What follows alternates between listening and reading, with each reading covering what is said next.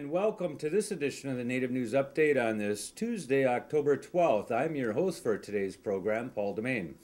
Many of the stories read here can also be found at our website at IndianCountryNews.com. And here are some of the news stories from the day from the Associated Press and other Native news sources.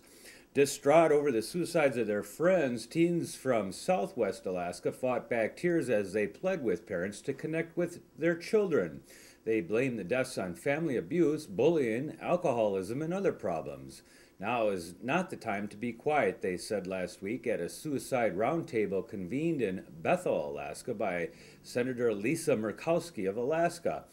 I myself was thinking suicide, said Anna Stone, a 15-year-old from Hooper Bay, but my friends said they were talking to me about if I was gone, who's going to take your part in the family.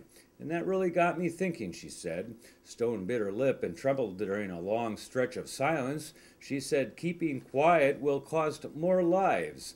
The Yukon-Kuskokwim Delta has suffered an unusually high number of suicides since late spring, including 5 in Hooper Bay since June, said Captain Steve Arlo, commander of the Alaska State Troopers in western Alaska. Another suicide occurred over the weekend in the Alaska Native village of 1,200 located on the coast about 150 miles northeast of Bethel, he said. Markowski organized the meeting because she wants experts to hear from young survivors and gather ideas about how to better combat the problem. North Dakota is getting a $300,000 federal grant aimed at encouraging landowners to expand recreational opportunities. The U.S. Department of Agriculture's so-called Open Fields program was created in the 2008 Farm Bill. About $50 million in grants is available over 4 years to states and tribal governments to pay farmers and ranchers for recreational access to their lands. For Richard Berleth, New York State's ongoing dispute with tribes are old news, really old news.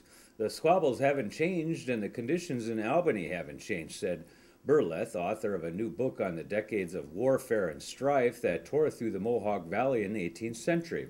He said the difference today is the absence of the bloodshed witnessed between 1713 and 1794, the period covered in his book, Bloody Mohawk, the French and Indian War, and American Revolution on New York's frontier.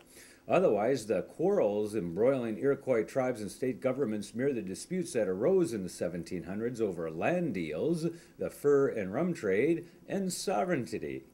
Today, it's land claims, taxes, and casinos, and sovereignty as well. Berleth said he got a real jolt last summer when the sovereignty issue made international news after a team of Iroquois lacrosse players refused to travel on passports not issued by the United States government, but issued by the Iroquois Confederacy. And dealing with Albany, a government town since Dutch colonial times, isn't any easier for today's Iroquois leaders than it was for their ancestors, Berleth said. Berleth's book focuses on the Mohawk River Valley's role in shaping American early history. Indian, British, French, and American forces spent much of the 18th century fighting from the shores of western Lake Ontario to the eastern Adirondacks, with the Mohawk Valley in between serving as a transit corridor, breadbasket, and battleground. A federal judge has transferred the Mohawks' lawsuit against New York cigarette taxes to the court in Buffalo, New York, where the Seneca are challenging the $4.35 per pack levy. U.S. District Judge Lawrence Kahn said it would be unnecessary waste of judicial resources for 2 federal judges to hear the same claims. Both tribes argue that the state plan to tax reservation cigarette sales to non-Indians would force them to become tax agents for New York in violation of tribal sovereignty, while denying tribal members rights under federal law to tax-free smokes. Kahn issued a temporary restraining order last Thursday blocking the state plan until October 15th. The Oneida Tribe has asked a federal judge in Utica not to transfer its lawsuit to the Buffalo court as well. New Mexico State University has opened its new American Indian Student Center in hopes of helping students from tribal communities adjust to life on campus. Tribal leaders and elders, state officials, university regents, and students were among those who gathered this Saturday at the Las Cruces campus to celebrate the opening of the more than $3.5 million, nearly 7,500 square foot building. While the center is for all students, American Indian Program Coordinator Michael Ray said a major goal of the center is to add to the 620 American Indian and Alaskan Native students already enrolled at NMSU. Indians represent nearly 3.5% of the student body currently. The wind could make the Meskwaki, Sac, and Fox people energy self-sufficient within a few years.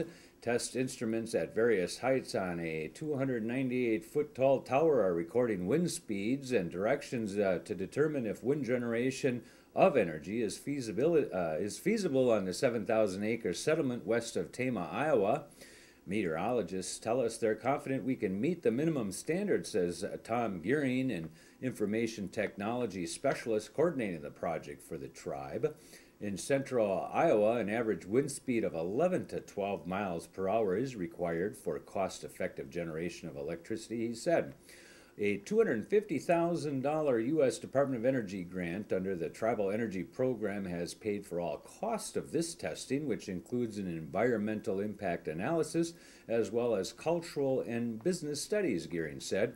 If the project proves feasible, the tribe will seek additional grants to defray the costs of building and installing wind turbines, he said. And that's going to be the latest roundup of news from Indian Country on this edition of the Native News Update. We want to say miigwech for showing up and watching us. Come back again soon.